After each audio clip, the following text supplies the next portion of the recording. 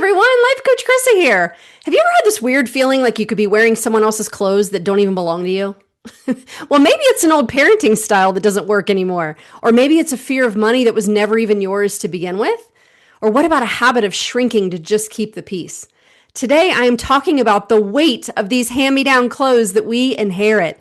We love our parents, we love our caregivers, we love our lineage, but we don't have to repeat their patterns to prove our loyalty. So I'm going to show you how to love the person or their memory, but leave the programming behind. So are you ready to stick with some clothes that fit? Let's dive in.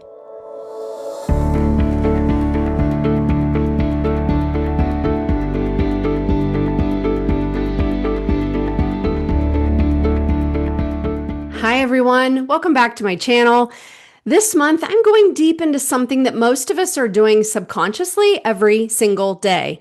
We are wearing our parents' old sweaters. We've inherited their ways of reacting, their ways of parenting, their ways of surviving. And even though those sweaters might be 3 sizes too big and scratchy, we keep them on because we think we have to. So I want to talk about this invisible job description that has been unknowingly passed on to us. For over 30 years, I worked in my family's business, but I had come to realize that my real job started long before I ever got my first paycheck. My real job, starting as a little girl, I think was Chief Emotional Officer. I really became an expert at reading the room. I could feel the emotional temperature the second I walked through the door. Because my parents were navigating the friction of working together and the difficulties of their marriage. And I truly felt it was my responsibility to patch whatever wasn't working or to just try to find my own little safe space to live in. And so if you were the child who tried to fix the energy in the house, you know exactly what I mean. You probably became hypervigilant. You learn to try to say the right things at the right time just to keep the peace. You may have learned how to be seen and not heard, to not be the one to cause a problem. But here is the price I paid, and maybe the price you have paid as well. I became so in tune with everyone else's emotional status that I really did lose my own. I found myself on this emotional roller coaster, completely dysregulated, because I was trying to manage everyone else's experience. I did it with my family. Eventually, I did it with my own children. And I found myself pleading with God to solve everyone's problems because I felt so helpless and out of control that I didn't even know how to begin to solve my own. So here's what we must recognize. When you are the emotional fixer, you eventually hit a wall. You lay out the perfect course of action for someone else. You even try to do the steps for them. And when they aren't ready to change, you end up stuck, frustrated, and exhausted. And so then where do you go from there? Well, we often will just stay stuck for far too long until some chaos or result is going to force you to do something different, which is what happened to me. So we have to look at these hand-me-downs that we're still wearing.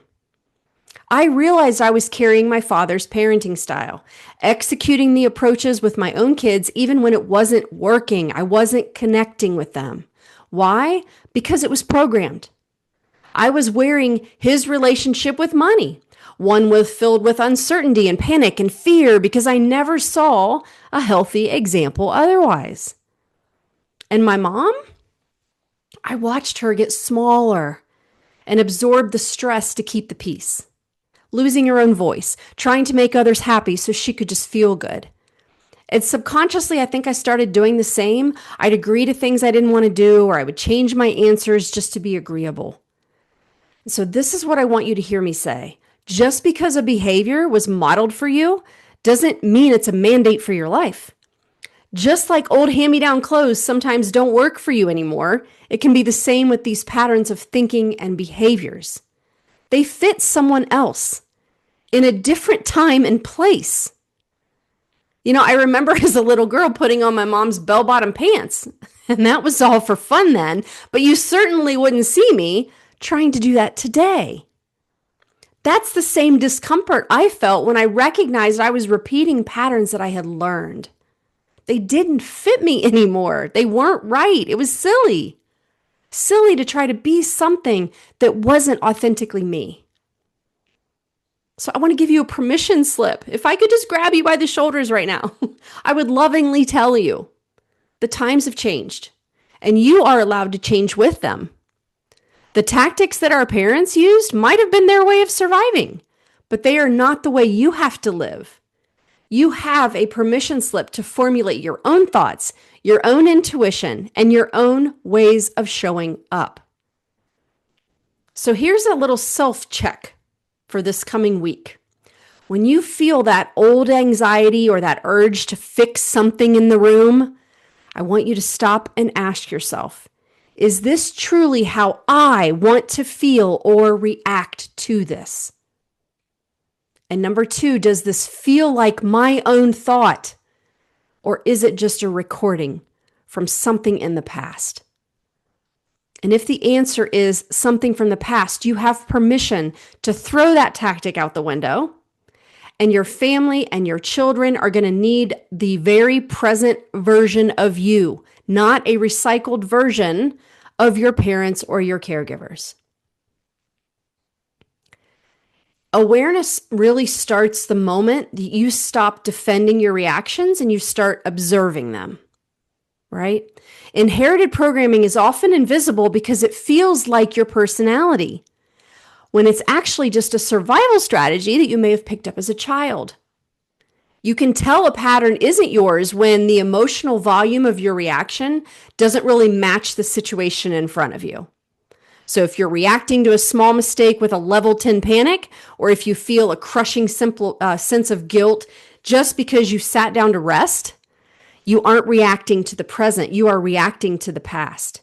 You are wearing a hand-me-down belief that says your safety depends on your performance or your silence, or you're altering yourself to be something that felt familiar once in your past.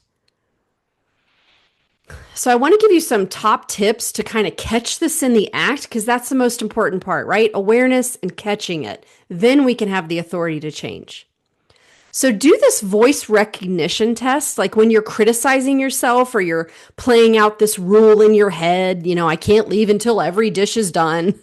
Stop and listen. Does that voice have your tone and vocabulary, or does it sound like the cadence of a parent or a caregiver? If it sounds like an echo, then it's a hand-me-down.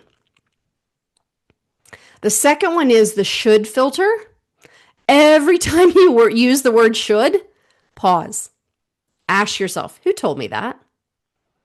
And if the answer is a memory of a parent's expectation rather than your own current value, you are operating from old programming. The next one is the emotional over index. Notice when your reaction is outsized. If it's a minor scheduling conflict and it makes you feel like the world is ending, you got to ask yourself, is this my anxiety? Or am I carrying the panic that maybe I saw modeled to me as a child? The next one is the body squeeze. Use that sweater metaphor physically. When you feel a sudden tightness in your chest or a shrinking feeling in your shoulders during a conversation, ask yourself, am I trying to fit into a role that is too small for the person that I am today? And the last one is a loyalty check.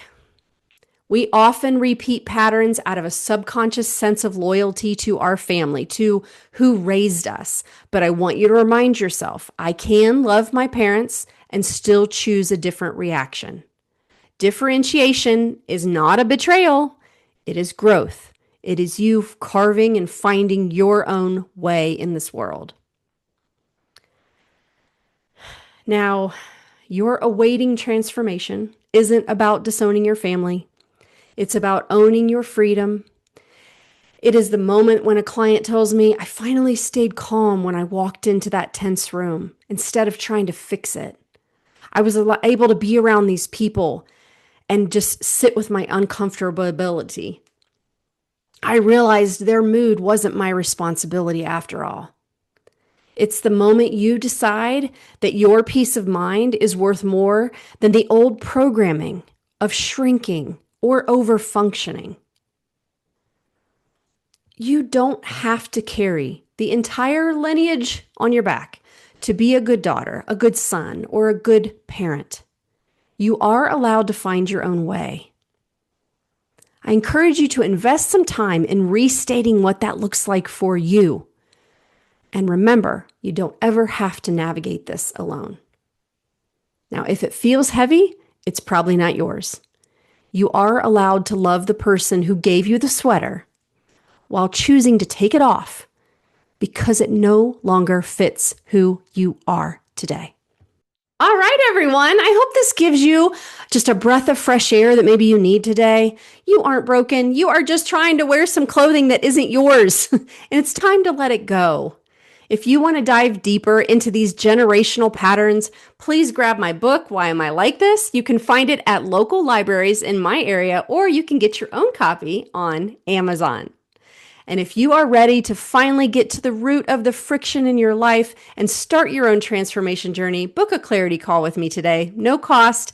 Let's get you back in tune with yourself so you can start feeling better and creating a life you love. All right, everyone, stay present, stay curious, and I'll see you in the next deep dive. Have a beautiful day.